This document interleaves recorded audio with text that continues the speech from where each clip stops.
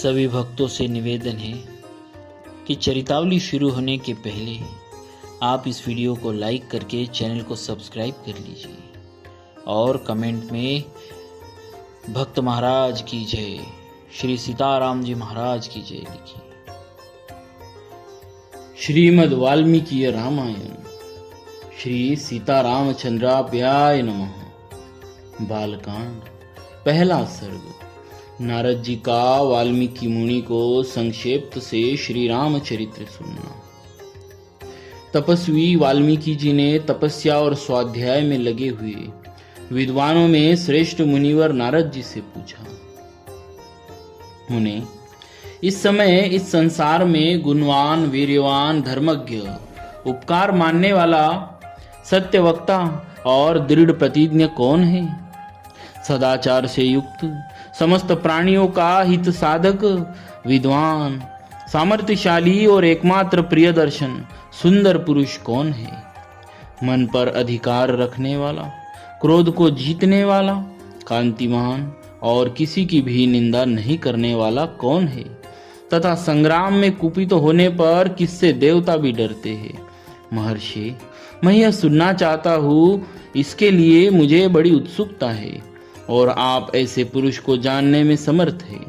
महर्षि वाल्मीकि के इस वचन को सुनकर तीनों लोकों का ज्ञान रखने वाले नारद जी ने उन्हें संबोधित करके कहा, अच्छा सुनिए। और फिर प्रसन्नता पूर्वक बोले, मुने, आपने जिन बहुत से दुर्लभ गुणों का वर्णन किया है, उनसे युक्त पुरुष को मैं विचार करके कहता हूं, आप सुनिए।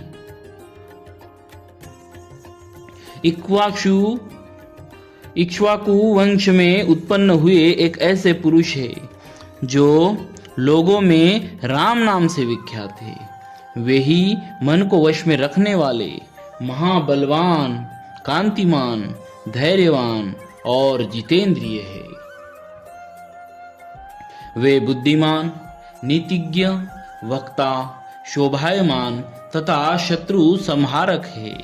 उनके कंधे मोटे और भुजाएं बड़ी बड़ी है। ग्रीवा शंख के समान और थोड़ी मांसल पुष्ट है। उनकी छाती चौड़ी तथा धनुष बड़ा है। गले के नीचे की हड्डी हंसली मांस से छुपी हुई है। वे शत्रुओं का दमन करने वाले हैं। भुजाएं घुटने तक लंबी है। मस्तक सुंदर है। ललाट भव्य और चाल मनोहर है। उनका शरीर अधिक ऊंचा या नाटा न होकर मध्यम और सुडोल है। देह का रंग चिकना है। वे बड़े प्रतापी है। उनका वक्षस्थल भरा हुआ है। आंखें बड़ी बड़ी है। वे शोभायमान और शुभ लक्षणों से संपन्न है। धर्म के ज्ञाता, सत्य प्रतिज्ञ तथा प्रजा के हित साधन में लगे रहने वाले। वे यशस्वी, ज्ञानी, पवित्र, जितेंद्रिय और मन को एकाग्र रखने वाले हैं। प्रजापति के समान पालक, श्री संपन्न, वैरी विध्वंसक और जीवों तथा धर्म के रक्षक है। स्वधर्म और स्वजनों के पालक, वेद वेदांगों के तत्ववेत्ता तथा धनुर्वेद में प्रवीण है। वे अखिल शास्त्रों के तत्वज्ञ, स्मरण शक्ति से युक्त और प्रतिभा संपन्न है। अच्छे विचार और उदार हृदय वाले वे श्री रामचंद्र जी बातचीत करने में चतुर तथा समस्त लोकों के प्रिय है। जैसे नदियां समुद्र में मिलती है, उसी प्रकार सदा राम से साधु पुरुष मिलते रहते हैं। वे आर्य एवं सब में समान भाव रखने वाले हैं। उनका दर्शन सदा ही प्रिय मालूम होता है। संपूर्ण गुणों से युक्त वे श्री रामचंद्र जी अपनी माता कौशल्या के आनंद बढ़ाने वाले हैं। गंभीरता में समुद्र और धैर्य में हिमालय के समान है। वे विष्णु भगवान के समान बलवान है। उनका दर्शन चंद्रमा के समान मनोहर प्रतीत होता है। वे क्रोध में कालाग्नि के समान और क्षमा में पृथ्वी के सदृश है। त्याग में कुबेर और सत्य में द्वितीय धर्मराज के समान है। इस प्रकार उत्तम गुणों से युक्त और सत्य पराक्रम वाले सद्गुणशाली अपने प्रियतम ज्येष्ठ पुत्र को, जो प्रजा के हित में संलग्न रहने वाले थे, प्रजा वर्ग का हित करने की इच्छा से राजा दशरथ जी ने प्रेमवश युवराज पद पर अभिषिक्त करना चाहा। तदनंतर राम जी के राज्याभिषेक की तैयारियां देखकर रानी कैकेयी ने, जिसे पहले ही वर दिया जा चुका था, राजा से यह वर मांगा कि राम का वनवास और भरत का राज्याभिषेक हो। राजा दशरथ जी ने सत्य वचन के कारण धर्म बंधन में बंधकर प्यारे पुत्र राम को वनवास दे दिया। कैकेयी का प्रिय करने के लिए पिता की आज्ञा के अनुसार उनकी प्रतिज्ञा का पालन करते हुए वीर श्री रामचंद्र जी वन को चले।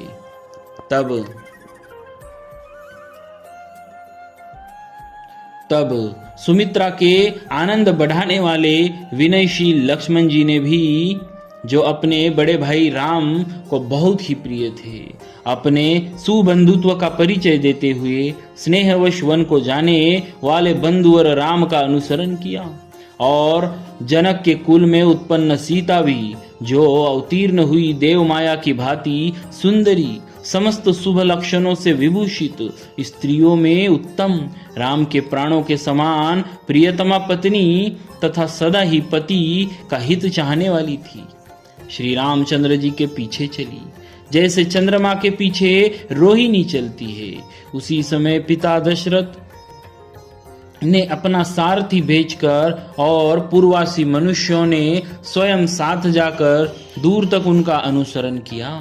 फिर श्रृंगवेरपुर में गंगा तट पर अपने प्रिय निषादराज गुह के पास पहुंचकर धर्मात्मा श्री रामचंद्र जी ने सारथी को अयोध्या के लिए विदा कर दिया।